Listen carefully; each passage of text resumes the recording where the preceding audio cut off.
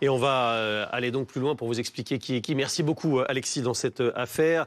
Il y a effectivement plein de noms qui se mêlent un petit peu pour s'y retrouver. Pour bien comprendre, nos éclaireurs ont repris l'arbre généalogique de la famille.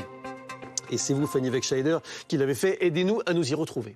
Alors, tout part d'Émile Soleil, évidemment, qui est donc disparu le 8 juillet 2025, il y a 2 ans et demi, et donc qui est décédé depuis. Il a un frère et une sœur.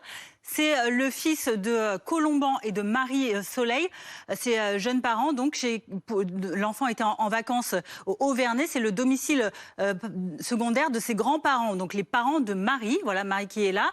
On voit ses parents ici, Philippe Vedoveny et Anne Vedoveny. La famille de Marie Soleil, donc Marie Vedoveny de son nom de jeune fille, est une très grande famille catholique, très pratiquante. Ils sont en tout 10 enfants. C'est l'aîné, Marie, de ses enfants.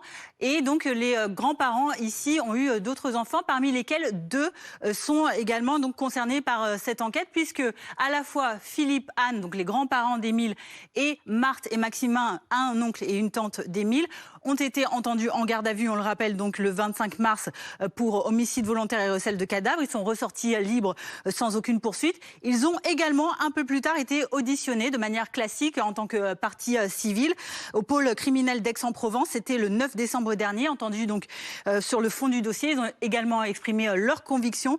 En tout cas, la justice l'assure. À ce stade, l'enquête se poursuit. De nouvelles investigations qui étaient promises donc il y a un mois sont donc en train d'être menées. Merci beaucoup Fanny. François Daoust est avec nous, ancien patron de l'Institut de recherche criminelle de la Gendarmerie nationale.